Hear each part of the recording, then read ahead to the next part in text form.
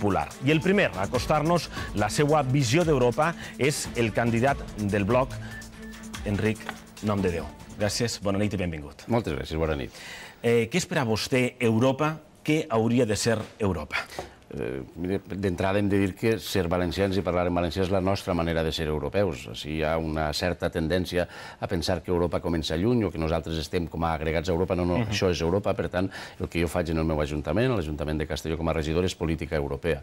Què hauria de ser Europa? És una oportunitat de present i una oportunitat de futur per a la nostra economia, i això vol dir per a la nostra agricultura, per al nostre urbanisme, però també un espai social. Europa ha de ser la democràcia més plural i més gran de tot el món, i nosaltres hem de formar part d'aquesta democràcia.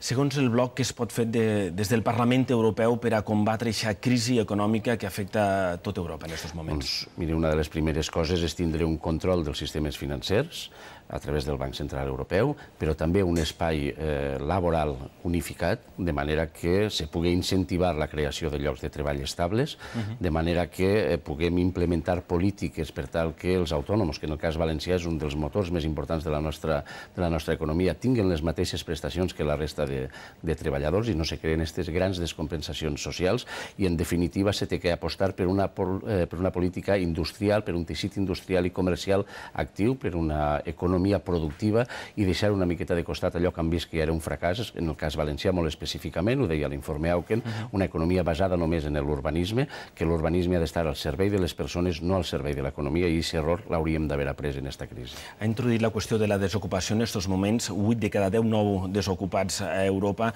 són de l'estat espanyol. Què fer per a combatre aquesta desocupació des d'Europa, segons el bloc? Doncs mira, és el que li estava dient.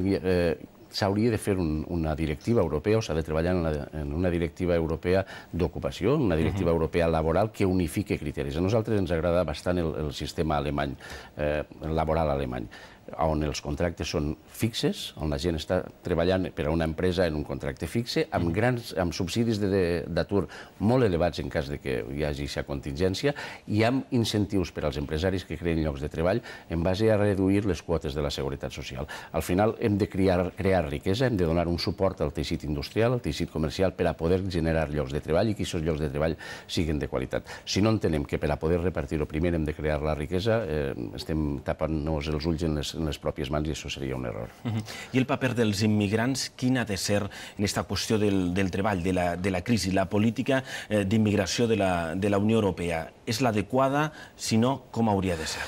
No hi ha una política d'immigració de la Unió Europea. Hi ha diferents polítiques en cada un dels estats membres, i això ens ha generat al final un problema perquè l'estat espanyol, en una política determinada, que en el seu moment va fer el Partit Socialista, d'intent de regularitzar molta gent que havia vingut buscant-se un futur, va generar conflictes amb altres estats membres. Nosaltres entenem que aquesta política ha de ser efectivament comunitària, però hem d'entendre el fenomen, perquè si no li donem una resposta des de la democràcia, als partits democràtics, al fenomen de la immigració, al final és quan apareixen els Le Pen i companyia amb idees messiàniques que no resolen absolutament res, però que aconsegueixen arrastrar moltíssima gent. Hem d'entendre per què se produeix el fenomen. La gent ve, canvia de país, canvia de casa, això no és fàcil fer-ho. Jo he sigut emigrant, he viscut anys en França, i no un emigrant d'Erasmus, que està molt bé. He anat a buscar-me les garrofes i he tingut que buscar-me el treball quan vaig arribar allà. I escolta, i aquestes coses al final les hem de comprendre. Venen buscant seguretat, seguretat social, seguretat per als seus fills, seguretat laboral.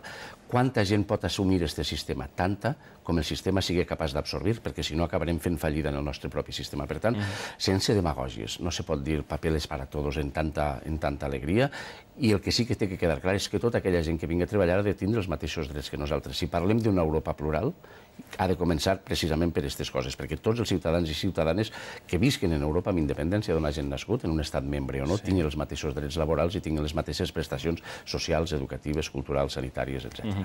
Parlem d'infraestructures, trens, carreteres, ports, aeroports, cap a on haurien d'anar?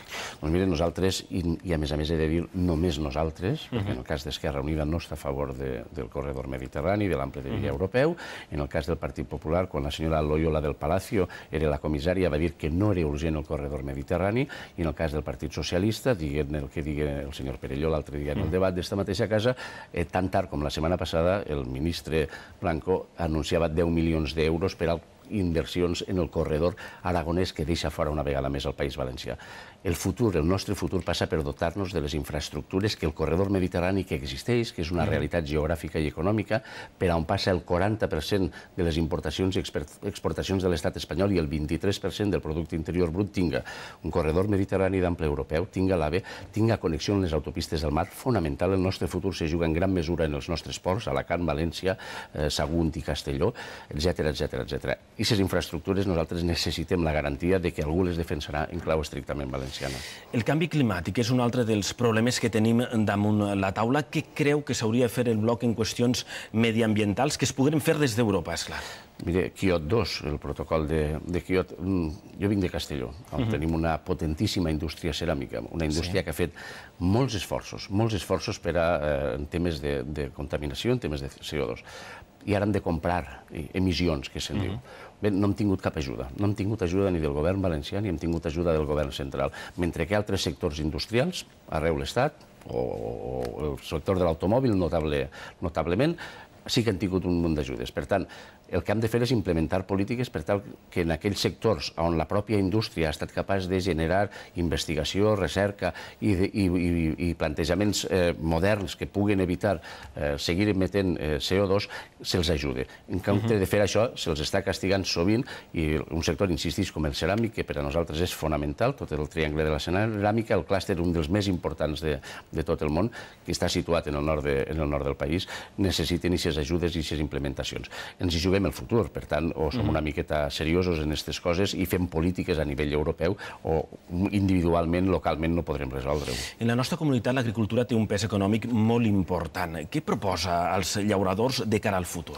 Doncs mire, necessitem aigua, no ens n'amaguem, necessitem aigua. Per tant, estem a favor del trasbassament a Segura, estem a favor que a través del canal Xerta-Càlix ens arribi l'aigua de l'Ebre que nosaltres aboquem a l'Ebre en les comarques del nord i demanem que el xúquer ens arribi net i viu. I el xúquer no arriba així, ens poden acabar dessecant l'Albufera si la treuen de l'àmbit del xúquer, precisament perquè hi ha un acord entre el Partit Popular i el Partit Socialista a Castella-La Manxa que permet la sobreexplotació dels aqüífers en la Manxa Oriental per a regar transgènics que després la pròpia Europa subvenciona però no vol tornar a comprar, mentre la nostra agricultura, que és de taula, que és productiva, que és per a menjar demà, no té les ajudes necessàries. Les nostres taronges tenen greus dificultats per arribar als Estats Units o a Rússia per falsos problemes fitosanitaris, i mentre la Unió Europea permet que l'arribada de cítrics de països de fora de la Unió Europea que sí que no tenen cap garantia. I la pregunta és, què han estat fent els eurodiputats valencians fins ara?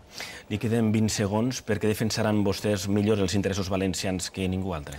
Perquè nosaltres tenim un sol discurs, perquè no tenim més pàtria aquesta, mentre que el Partit Popular i el Partit Socialista defensa, en funció de territoris diferents, polítiques diferents. No defensen el mateix a l'Aragó que defensen així. Per tant, és evident que som l'únic partit que treballa en clau estrictament valenciana, que som l'únic partit estrictament valencià i que nosaltres anem a Europa a parlar en valencià i a fer política valenciana. Enric Nomdedeu, candidat del bloc a les eleccions europees del 7 de juny, gràcies per haver participat en aquesta sèrie d'entrevistes que dediquem així a Televisió Valenciana a conèixer les seues propostes, les propostes dels partits més votats en les últimes eleccions.